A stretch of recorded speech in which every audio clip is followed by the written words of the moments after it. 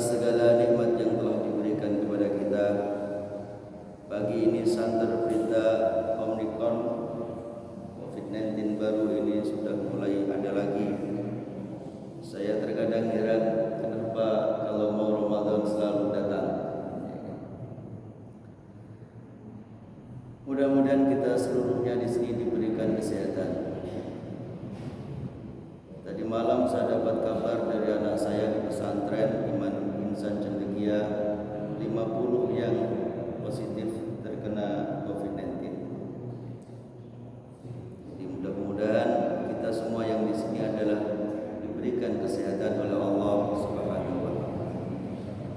Sering saya mengatakan bahwa sehat itu hanya milik Allah. Kita ini hanya menerima apa daya yang kita mampu.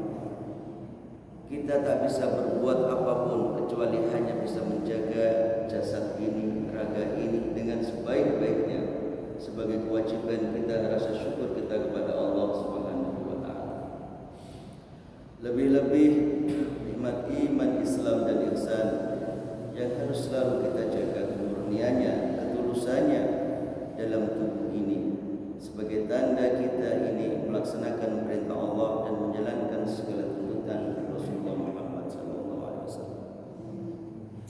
Sayang kita kepada Rasul, maka pagi ini kita ucapkan salawat kepadanya. Allahumma sholli ala Sayyidina Muhammad wa ala ali Sayyidina Muhammad. Bapak Ibu yang berbahagia, di pertemuan yang lalu sudah banyak pertemuan yang kita lakukan, yang telah kita kaji, kita ngaji bareng selama ini. Perjuangan Rasulullah yang begitu dahsyatnya, dari mulai beliau sembunyi-sembunyi, lalu kemudian terang-terangan kepada orang-orang Quraisy, kepada keluarga beliau, kepada orang-orang yang ada di sekitarnya. Ada Bani Hashim, ada Bani Abdul Muttalib, ada Bani Ka'ab dan lain sebagainya. Dan sampai akhirnya Rasulullah juga berdakwah di luar Mekah. Berdakwah beliau ke Taif, tidak hanya dicaci maki, dihina, dibuli, bahkan Rasulullah mendapati perlakuan-perlakuan yang sangat menyakitkan. Dilempari batu, dilempari kayu, dilempari tulang-tulang bontak, dilempari kotoran-kotoran yang tak sepantasnya harus diterima Rasulullah. Bahkan tak hanya berdarah wajahnya, lengannya pun terluka. Itu yang beliau rasakan. Sampai bahkan pemboikotan yang dilakukan oleh orang Quraisy karena mereka tak puas untuk menyiksa kaum muslimin dan kerabatnya. Maka kaum muslimin dan orang-orang yang bagian dari keluarga Bani Hashim dan Bani Abdul Muttalib, mereka diboikot, tak boleh lagi menikah, tak boleh lagi jual beli, tak boleh lagi berkunjung, tak boleh lagi berbicara dan diskusi. Mereka hanya disekap di suatu tempat yang nama Syekh Abu Thalib. Mereka selama 3 tahun tak bisa melakukan apa-apa. Mereka tak bisa bekerja, kekurangan pasukan makanan. Mereka menderita, mereka makan dedaunan, memakan kulit-kulit binatang yang seharusnya biasa dipakai untuk sebagai alas tidur, sebagai alas untuk meja, sebagai alas untuk tempat-tempat makanan. Namun kulit-kulit itu sekarang dimasak oleh mereka sebagai pengisi perut kekosongan mereka karena tak ada lagi yang bisa dimakan. Akhirnya penyakit-penyakit pun datang. Banyak sahabat, banyak keluarga dari Bani Hashim dan Bani Abdul Muttalib yang menderita penyakit. Dan yang paling dirasakan oleh Rasulullah adalah sakitnya Abu Thalib yang semakin parah, sakitnya istri tercinta Khadijah binti Khuwailid yang semakin parah, dan akhirnya mereka berdua pun meninggalkan dunia ini untuk selama-lamanya. Nah, kepedihan inilah yang kemudian Allah akan memberikan hiburan kepada Nabi kita Muhammad. Diberikan hiburan kepadanya, yaitu dengan peristiwa terjadinya Isra dan Mi'raj.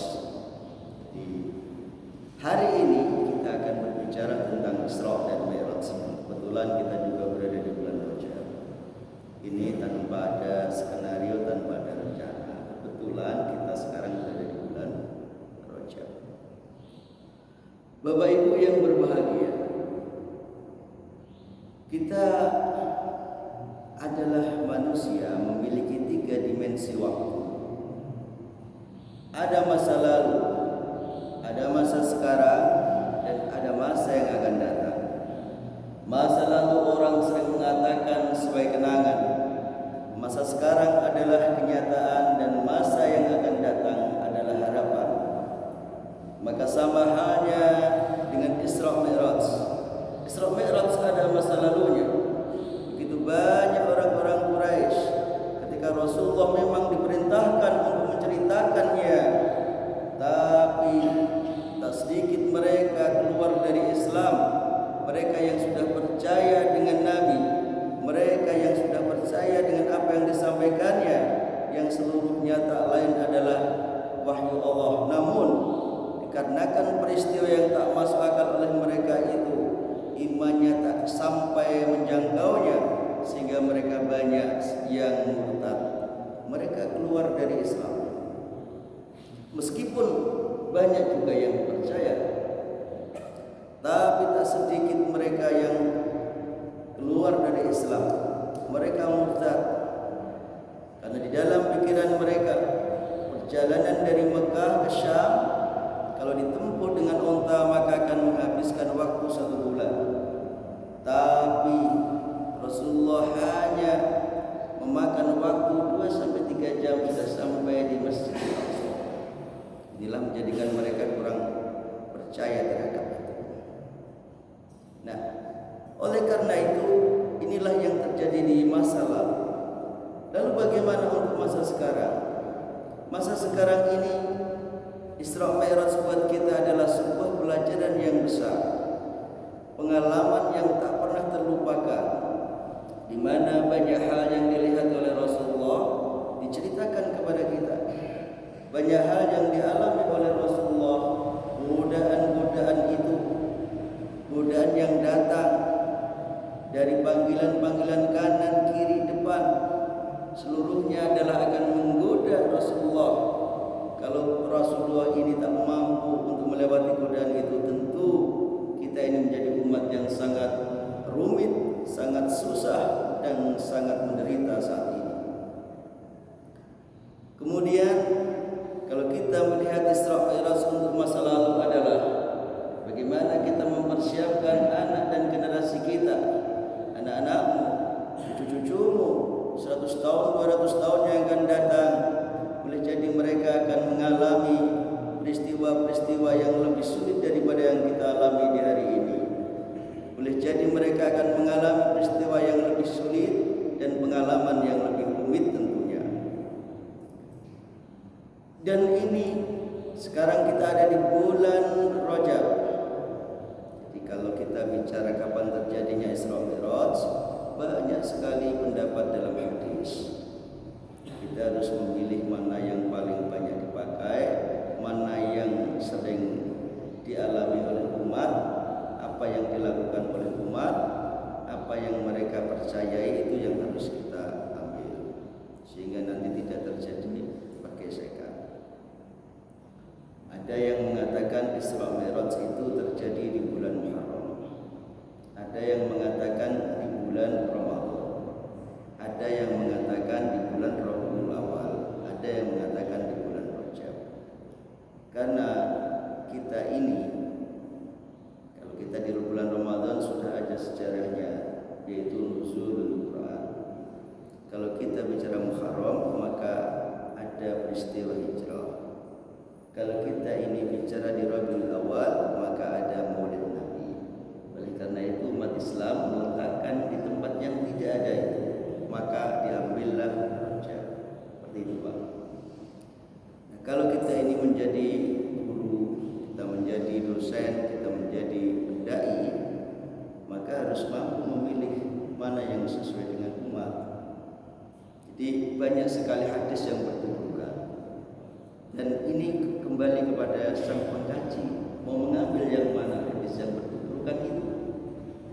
Contoh, di dalam Siratul Nabawiyah Ibnu Hisham, riwayat yang pertama mengatakan Rasulullah itu jumpa dengan Nabi Ibrahim Isa alaihissalam, Nabi Musa ketika sampai di Masjidil Aqsa.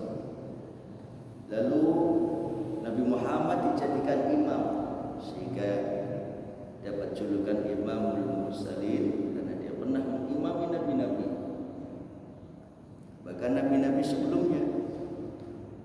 Nah, nanti ada di riwayat lagi, sebuah hadis lagi akan menceritakan bahwa Rasulullah bertanya siapakah dia kepada Jibril di langit ketujuh. Rasul dia bertemu Nabi Ibrahim, tapi Rasul bertanya kepada Jibril, siapakah dia? Siapakah orang yang duduk di situ itu? Yang 70.000 malaikat selalu datang di rumahnya. Lalu Jibril mengatakan, ia adalah Ibrahim, dia ayahmu. Maka hadis ini bertumbukan dengan hadis yang pertama, padahal sama-sama sama. Maka bagaimana seorang pendai, bagaimana seorang guru, dosen atau pengajar, dia harus mengambil sikap terhadap riwayat hadis ini. Maka yang diambil adalah yang pertama. Maka riwayat yang kedua tak perlu disampaikan. Ya, riwayat. Makanya kalau mengkaji ya harus betul-betul dikaji. Kenapa rupanya? Karena supaya lebih mudah untuk diserap, difahami. Aslinya bukan karena kepandian yang kita inginkan, tapi supaya kita lebih mudah menyelami, menyerapi, sehingga rasa cinta kita kepada Rasul ini semakin mendalam. Selebihnya tidak.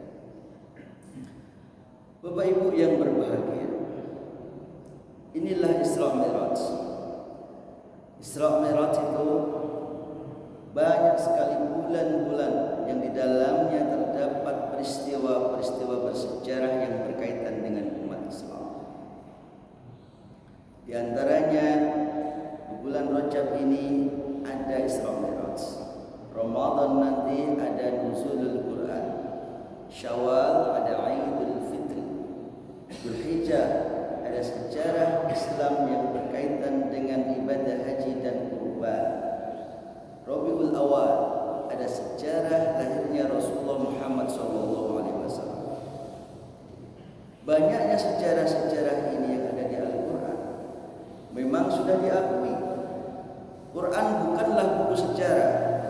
Quran memang bukan buku atau kitab-kitab sejarah, tapi Quran dia bercerita banyak tentang sejarah yang berkaitan dengan Islam. Dari banyaknya sejarah-sejarah itu dan cerita-cerita itu, tidak semuanya diawali dengan kalimat tasbih, kecuali cerita yang berkaitan dengan Isra Mi'raj. Diawali dengan tasbih dalam surat Isra ayat 1. Subhanalladzi asra bi'abdihi lailan minal masjidil haram ilal masjidil aqsa alladzi barakna hawlahu linuriyahu min ayatina innahu was-sami'ul alim. Subhanalladzi asra bi'abdihi, Maha suci Allah yang menjalankan kakinya Rasulullah di malam hari. Jadi ini kehendak Allah, bukan kehendak Rasul. Allah menjalankan. Sekali lagi, semua yang terjadi dalam diri Rasul ini adalah Allah yang menjalankan. Nabi Ibrahim membuat Ka'bah, Allah yang menggerakkan kakinya. Saya dulu pernah bercerita dulu tentang Nabi Ibrahim. Maka Rasulullah, beliau Isra adalah Allah yang menjalankan kakinya di malam hari. Ini diawali dengan kalimat tasbih. Tidak semua cerita yang ada di dalam Al-Quran diawali dengan kalimat tasbih. Kita melihat bagaimana Musa alaihissalam bisa menaklukkan Fir'aun. Fir'aun ditenggelamkan di Laut Merah, tak diawali dengan kalimat tasbih. Kita melihat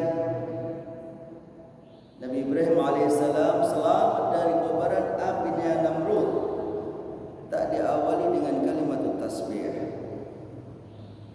Nabi Nuh alaihissalam selamat dari banjir. Mereka dan kaumnya, ia dan kaumnya masih berada di kapal dengan selamat. Cerita di Al-Quran juga tak diawali dengan kalimat tasbih. Tapi Isra Mi'raj ini diawali dengan kalimat tasbih, Maha Suci Allah. Kenapa rupanya? Karena Allah ingin memuliakan Rasulullah dengan cara menghiburnya setelah ia bersedih, setelah ia berjuang kian lama yang belum mendatangkan hasil, kian lama yang hasilnya belum tak seberapa, masih sedikit Islam pada waktu itu, pengikutnya masih sedikit, dan masih banyak orang-orang yang menentangnya, masih banyak orang Quraisy yang menyakitinya, masih banyak orang Quraisy yang ingin memeranginya, ingin melukainya, sehingga akhirnya Rasulullah ingin memuliakan beliau dengan menghiburnya, yaitu dengan peristiwa Isra dan Mi'raj. Maunya Allah seperti itu. Bapak Ibu yang berbahagia, maka mulailah Rasulullah ini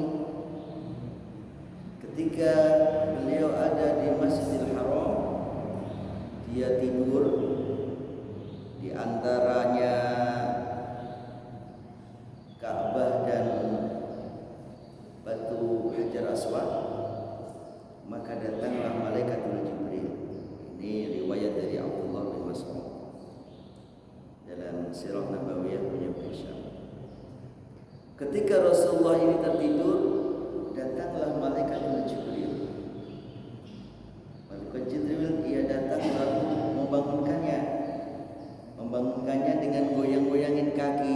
Muhammad bangun, Muhammad bangun. Rasulullah lalu bangun, dilihatnya tak ada orang. Lalu kemudian beliau tidur kembali. Dibangunkan kembali oleh Malaikatul Jibril. Muhammad bangun, Muhammad bangun, dengan digoyangkan kakinya. Lalu Muhammad dia bangun kembali, tak ada orang juga. Kemudian tidur kembali. Yang ketiga kali inilah dan Jibril harus menampakkan wujudnya. Muhammad bangunlah, aku ada di sini. Kemudian Muhammad bangun, ternyata dilihatnya Malaikatul Jibril, lalu ia memegang pundaknya dan bangun. Kemudian Muhammad, ayo pergi bersamaku. Diajak ia keluar Masjidil Haram, maka di luar Ka'bah itu sudah ada binatang yang berwarna putih. Ia menyerupai kuda dan memiliki sayap. Dalam hadis namanya buruk. Ini hadis. Makanya sebagian ulama dia ada yang memaknai Rasul ini tidak memakai binatang karena tak masuk akal. Sekali lagi ini saya jelaskan ini karena riwayat hadis ini banyak yang meriwayatkan, sehingga banyak di antara sahabat mereka yang menafsirkan dengan kemampuan pemahamannya masing-masing. Jadi ini harus diluruskan mana enaknya kita pakai. Karena yang satu dia mengatakan Rasul ini tertidur, hanya ruhnya saja yang pergi. Riwayat yang satu mengatakan Rasulullah berangkat dengan tubuhnya dan rohnya. Kalau di akal sulit.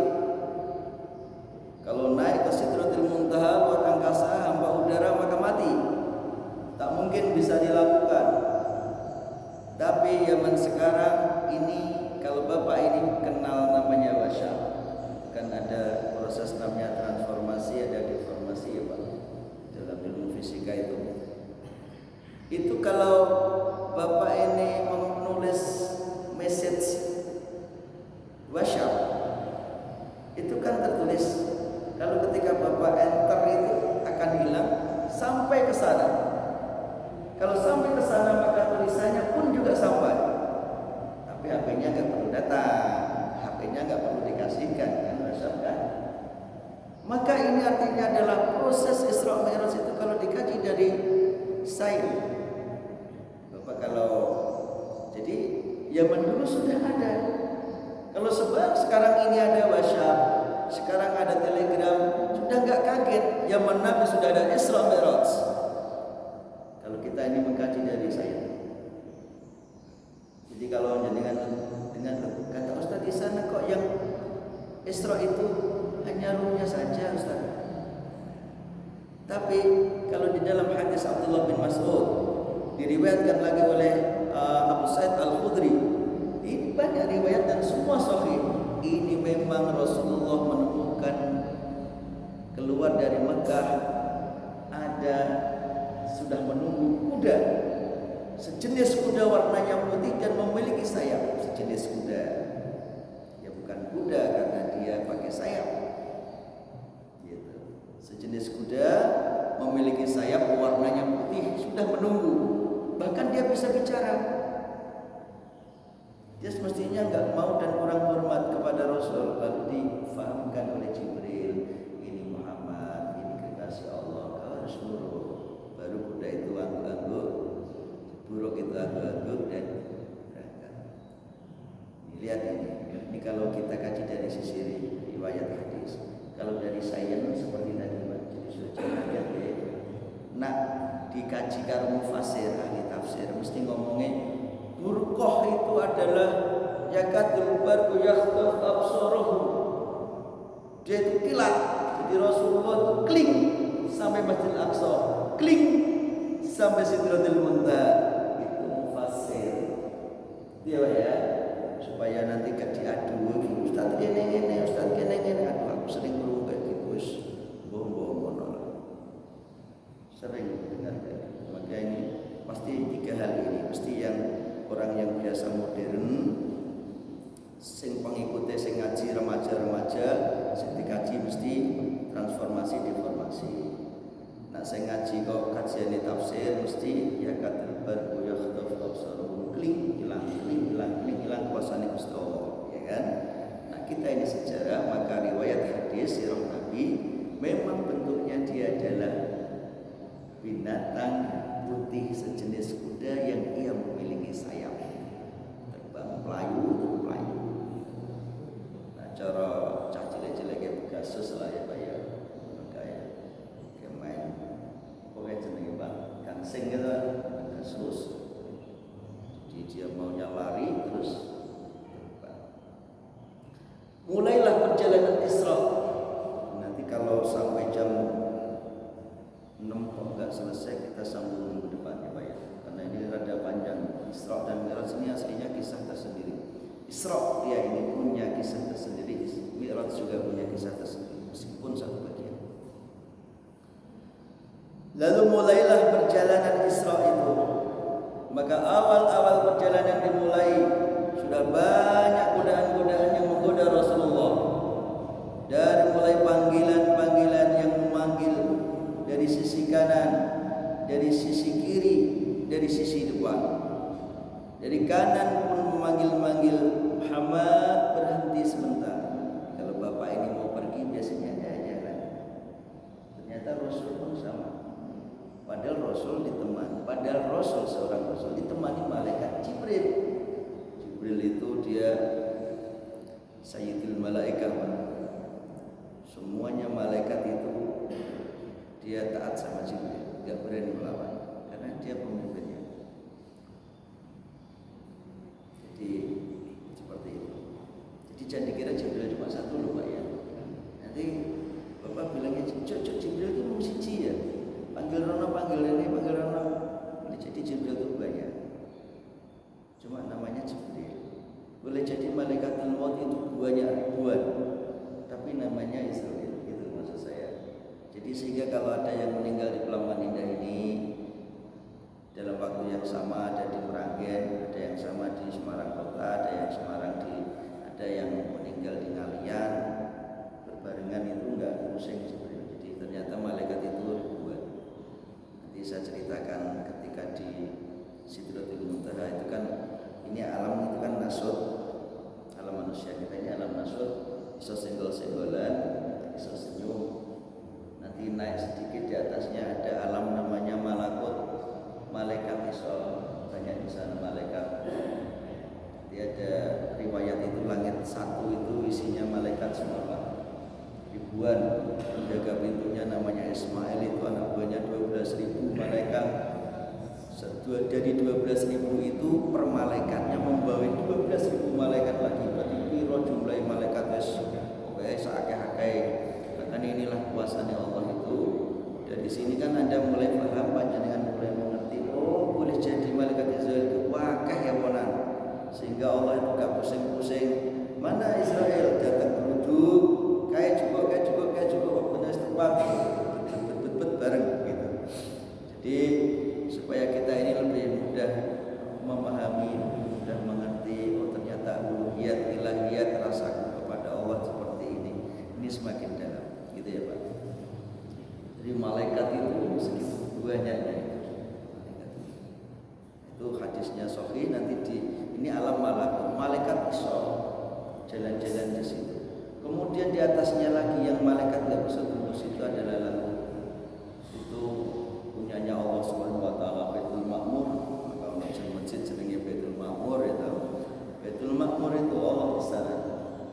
Alamnya laut, malaikat nggak bisa nembus kecuali orang-orang yang dikehendaki Allah, yang dipanggil kasih undangan, termasuk Rasulullah. Nanti ketika dia Sidratul Muntaha itu pisahan dengan Jibril itu di tempat itu. Jadi menghadap itu seorang diri. Jibril menggoni di luar sampai Rasulullah selesai pulang kembali. Nah itu nanti seperti itu. Jadi ada nasab ini alam kita ini, manusia ini senggol-senggolan, iso salaman, iso sentuhan. Nanti ada alam malaikat, hanya malaikat bisa di alam itu, manusia tapi gak bisa di alam itu. Malakut, nanti ada lahut, adalah yang paling tinggi itu Allah. Jadi panjenengan itu cok nonton film TV kayak ya Pak. Waktu cok no bener sida-sida itu ya. Yang film Cina itu Pak. Dengan ada apa? Sampokong itu loh. Sumbokong itu loh. Kan di tingkat-tingkat gitu ya.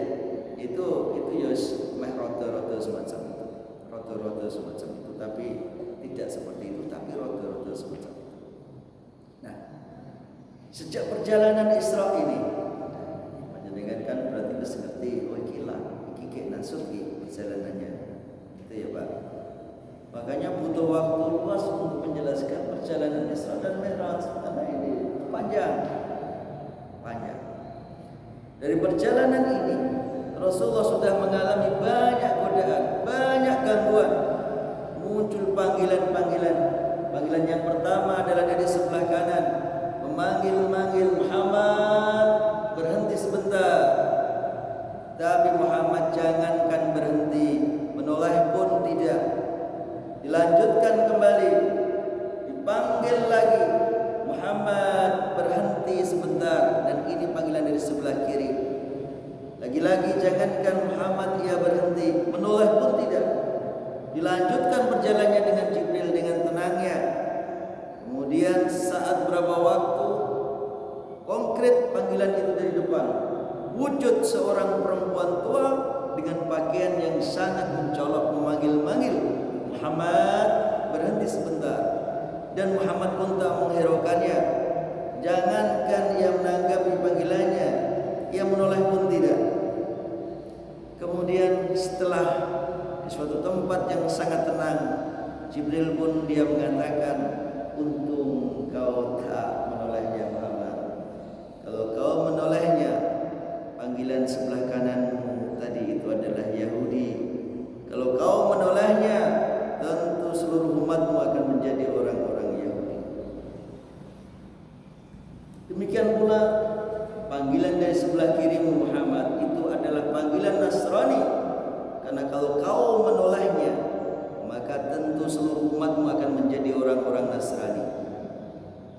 Dan panggilan yang dari depanmu tadi, seorang wanita tua dengan pakaian yang sangat menyolok, itu adalah panggilan materialisme.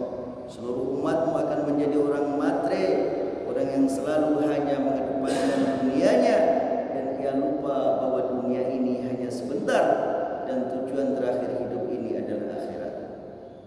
Ini yang disampaikan oleh malaikat Jibril. Maka kalau kita sekarang ini waspada dengan mereka orang Yahudi, adalah sejak zaman dulu Rasulullah telah memberikan peringatan. Yahudi hebat, Yahudi kuat. Memang iya, mereka kuat. Bahkan kita pun harus belajar dari mereka. Tak jarang polisi yang belajar dari maling. Tak jarang anggota penyidik KPK yang belajar dari koruptor. Jadi tak salah kalau orang Islam ini belajar dari kehebatan orang Yahudi. Yahudi hebat, Yahudi kuat. Kenapa rupanya? Karena solidaritas antar mereka sangatlah luar biasa. Orang mengatakan Yahudi kikir, Yahudi bakhil, Yahudi pelit, itu kan dengan orang lain. Tapi antar sesama mereka solidaritasnya sangatlah luar biasa. Belum pernah kita melihat orang Yahudi yang kelaparan, keleleran di bawah jembatan. Tak pernah kita melihatnya. Tak pernah juga kita mendengar ada McDonald gulung tikar. Tak pernah kita mendengarnya Pizza Hut gulung tikar, KFC bangkrut. Kenapa rupanya? Solidaritas antar mereka sangatlah luar biasa. Ini yang terkadang belum kita miliki sebagai umat Islam. Kita terkadang lebih suka jalan-jalan, kita lebih suka berwisata, pergi haji, umroh, bolak-balik, padahal ia pun sudah menunaikannya. Tapi ia lupa di sebelah rumahnya ada fakir miskin, ada orang susah terbelit hutang. Ia makan pun sulit, lebih-lebih ingin menyekolahkan anaknya. Ia lupa. Ini solidaritas kita yang kurang. Itu fakta. Itu fakta. Kemudian kita juga melihat Yahudi yang selalu mengutamakan konsep. Siapapun orangnya terjadi soal, mau ia kulit hitam, mau ia kulit putih, mau dari partai manapun boleh duduk menjadi orang nomor 1 di White House, asalkan konsep mereka bagus, asalkan konsep mereka memang untuk kesejahteraan rakyat, itu maka semuanya boleh. Dia boleh menjadi pemimpin umat ini asalkan dia mumpuni, dia memiliki ilmu pengetahuan yang tinggi, dia bisa menerapkan, mengaplikasikan dalam kehidupannya sehari-hari. Sehingga ia boleh. Kenapa? Karena ia memiliki konsep yang bagus, konsepnya jelas, konsepnya bisa diikuti, konsepnya bisa dilaksanakan, bisa diaplikasikan dalam kehidupan ini secara nyata. Tapi kita umat Islam ini cenderung kita ini hanya memandang orang. Siapa ia? Ia adalah si A, ia adalah si B. Kemudian kita mengikutinya tanpa kita mengerti apa yang ia miliki, tanpa mengerti konsep yang ia tahu. Kita hanya mengekor saja. Inilah umat Islam yang terkadang ini kalah dengan mereka orang-orang Yahudi itu. Dan ini harus kita sadari dengan sepenuhnya. Ini kehebatan Yahudi. Makanya dari dulu Rasulullah sudah mengingatkan sejak adanya peristiwa Isra. Masih Isra. Demikian pula panggilan-panggilan yang memanggil dari sebelah kiri. Muhammad, berhenti sebentar. Untung Muhammad tak menolehnya. Kalau Muhammad menolehnya, menanggapinya, maka seluruh umat ini akan menjadi orang-orang Nasrani. Bukankah kita sering berbicara Nasrani hanya untuk satu kelompok, Yahudi untuk satu kelompok, Majusi hanya untuk satu kelompok. Tapi kau ingat, Islam ini adalah rahmatan lil alamin, untuk semua manusia. Kanya wa ma arsalnaka illa rahmatan lil alamin. Isa hanya diturunkan untuk Nasrani, Musa hanya diturunkan untuk Yahudi, tapi Muhammad adalah untuk semua manusia. Jadi memang Rasul Muhammad ini disuruh untuk menutup semuanya adalah supaya mereka berhijrah kemari, hijrah kemari. Hidup itu adalah hijrah, ya kan? Iman dulu, lalu hijrah, lalu kita jihad. Jadi ini hijrahnya itu. Orang yang Nasrani harus segera hijrah ke Islam. Aslinya seperti itu. karena dia adalah risalah yang terakhir. Maka kalau ada orang yang mengatakan bahwa sesungguhnya janganlah kau berdakwah kepada mereka yang sudah memiliki agama, itu betul. Maka tidak kita pungkiri bahwa sesungguhnya, karena ini di masjid maka boleh-boleh saja saya mengatakan, kristenisasi adalah jahat. Ketika puluhan tahun yang lalu awal mula kristenisasi itu merebak, saya masih ingat Nyonya Radius Prawiro, namanya yayasannya Kinasih. Maka buatlah perumahan yang besar, yang perumahan itu berhektar-hektar, bisa menampung semua manusia. Boleh ia dari muslim, boleh dari non muslim. Cuma hanya satu syarat yang dia inginkan, supaya setiap hari Minggu mau mendengarkan khutbahnya para pendeta. Hanya itu saja. Dan ini adalah menarik. Rupanya ada kalimat yang mengatakan, jangan kau berdakwah kepada mereka yang sudah memiliki agama. Gitu ya, maka inilah kelemahan kita umat Islam. Seharusnya umat Islam ini sudah memiliki wadah yang kuat untuk menampung mereka-mereka ini. Kita lalu mengatakan, apakah mereka menjual imannya? Apakah mereka menjual kepribadian dan moralnya? Tidak. Tidak. Itulah hidup ini. Sesungguhnya yang menjadi kewajibanmu adalah menampung mereka-mereka yang susah itu, sehingga mereka tak lagi mau masuk kepada tempat lain. Ini kesalahan kita sebagai umat Islam yang kebetulan diberikan Allah, diamanahkan rezeki yang banyak. Kita kurang menyadari, kita kurang mengaji bahwa Allah ini adalah suka orang-orang yang membantu. Allah dalam hadis kecilnya mengakui, uhibbu ahla syakha, aku cinta kepada orang-orang yang dermawan. Aku cinta kepada kalian orang kaya-kaya ini yang mau dermawan. Tapi kau yang kaya dermawan itu aku lebih suka kepada wahubbi lil fakiri syahri asad. Aku lebih suka kepada orang fakir, orang miskin yang dermawan. Orang kaya yang dermawan aku cinta, tapi aku lebih cinta lagi, kata Allah, orang fakir miskin yang dermawan. Ini artinya yang kaya bisa menyumbang kepada orang lain hartanya, tapi yang tidak punya harta bisa menyumbangkan tenaga dan pikiran. Seperti itu, Pak. Jadi kalau kita ini mengatakan adanya kristenisasi, memang itulah misi. Di mana-mana pun ada. Karena ini di masjid saya berani ngomong, kalau saya ceramah di RT saya nggak berani ngomong. Disalahin pula. Karena ini masjid ada dogmatis. Boleh kita berbicara apa saja, namun jangan menyinggung kebijakan pemerintah.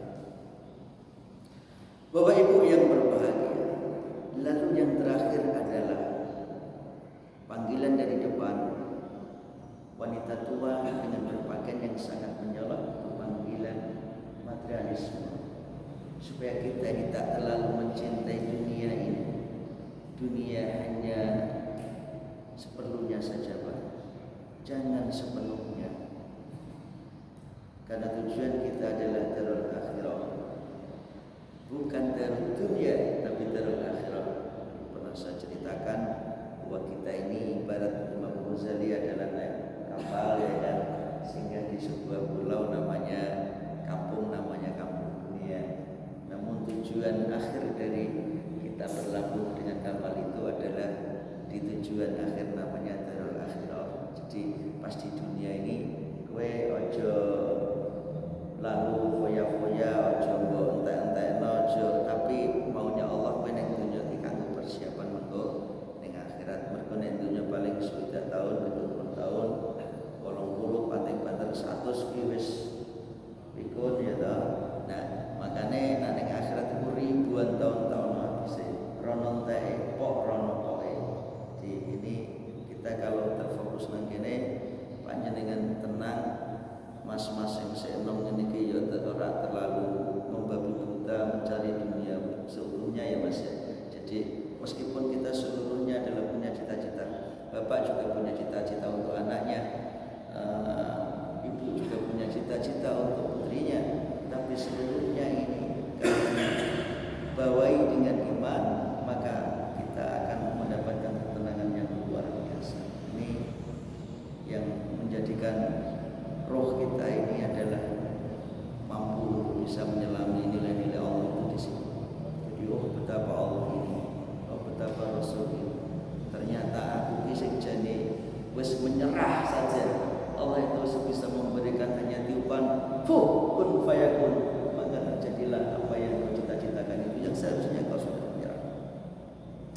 aku ki wis lara, aku wis ra kuat apa-apa. Ketika Allah kun fayakun, maka tak ada yang tidak buat Allah itu seluruhnya akan mudah. Jadi menyelaminya. Inilah akhirnya ada 3 godaan ini yang harus kita hadapi di masa ini. Makanya saya bilang tadi dari awal, Isra Mi'raj itu adalah masa lalu, masa sekarang, dan masa yang akan datang. Ia adalah kenangan, ia adalah kenyataan, dan ia adalah harapan. Itu ya Pak ya. Masa lalu adalah kenangan, masa sekarang ini adalah kenyataan, masa yang akan datang adalah harapan. Itulah Isra Mi'raj. Ini baru Isra. Maka ketika Rasulullah ini berkumpul dengan para sahabat, lalu ia mengatakan, yusibu an tada'a alaikum al-umam kama tada'a al-akalatu ala qas'atiha. Wahai kalian kaum muslimin, kalian suatu waktu nanti akan dikeroyok oleh orang-orang lain. Yang orang-orang lain itu mengkeroyokmu itu seperti makanan yang berada di atas meja. Ini meja hidangan. Ada roti, ada kue, ada cemilan, ada teh panas, ada kopi, ada susu. Sebelum kok dadi siji terus wong rame-rame itu nunggu isi-isi. Kita ini dikeroyok, dicapik-capiknya kita ini. Ada yang datang dari timur, datang ingin makan. Ada yang dari utara ingin makan. Ada yang dari selatan ingin makan. Dari barat ingin makan. Ini seluruhnya akan mengeroyok kita ini. Lalu sahabat dia bertanya, Amilkil ladzi nahnu yawma idzin ya Rasul. Apakah kita pada waktu itu keadaannya sedikit ya Rasul? Apakah kami ini seorang diri, ataukah kami ini hanya beberapa orang saja, sehingga kami ini enak dikeroyok oleh mereka yang jumlahnya banyak? Rasul menjawab, la bal antum yawma idzin katsir. Kalian pada waktu itu banyak. Kalian pada waktu itu mayoritas. Kalian itu jumlahnya tak terhitung kiranya. Tapi jumlah yang banyak itu, walakinnakum ghutha'un ka'usais sail. Kalian ini seperti buih yang ada di lautan. Kau hanya centang berenang di atas air. Kau hanya dihempaskan oleh angin laut, dan akhirnya kau terpinggirkan ke tepian. Seperti itu ibaratnya. Jadi keadaan ini banyak mayoritas, tapi yang mayoritas ini kalian ini tak memiliki kualitas apapun. Kalian memang kuantitas, tapi tak berkualitas. Makanya enak saja orang-orang di sekitarmu akan mengeroyokmu. Yahudi datang ingin menghancurkanmu, Nasrani datang ingin mencekik kalian. Bahkan materialisme, kapitalis, liberalis, orang-orang barat sana dia ingin untuk menghancurkan kalian semuanya ini. Inilah umat Islam ini seperti makanan yang berada di atas meja hidangan ini. Jumlah kita banyak, tapi kita tak memiliki kepandaian, kita tak memiliki kualitas, kita tak memiliki kebersamaan, kita tak memiliki kasih sayang antar sesama.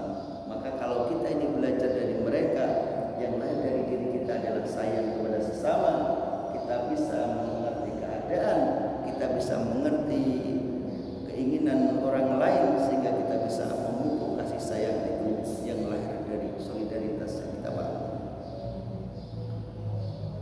Kemudian wal yanziyanna fi qulubi aduwikum al-mahabbata minkum.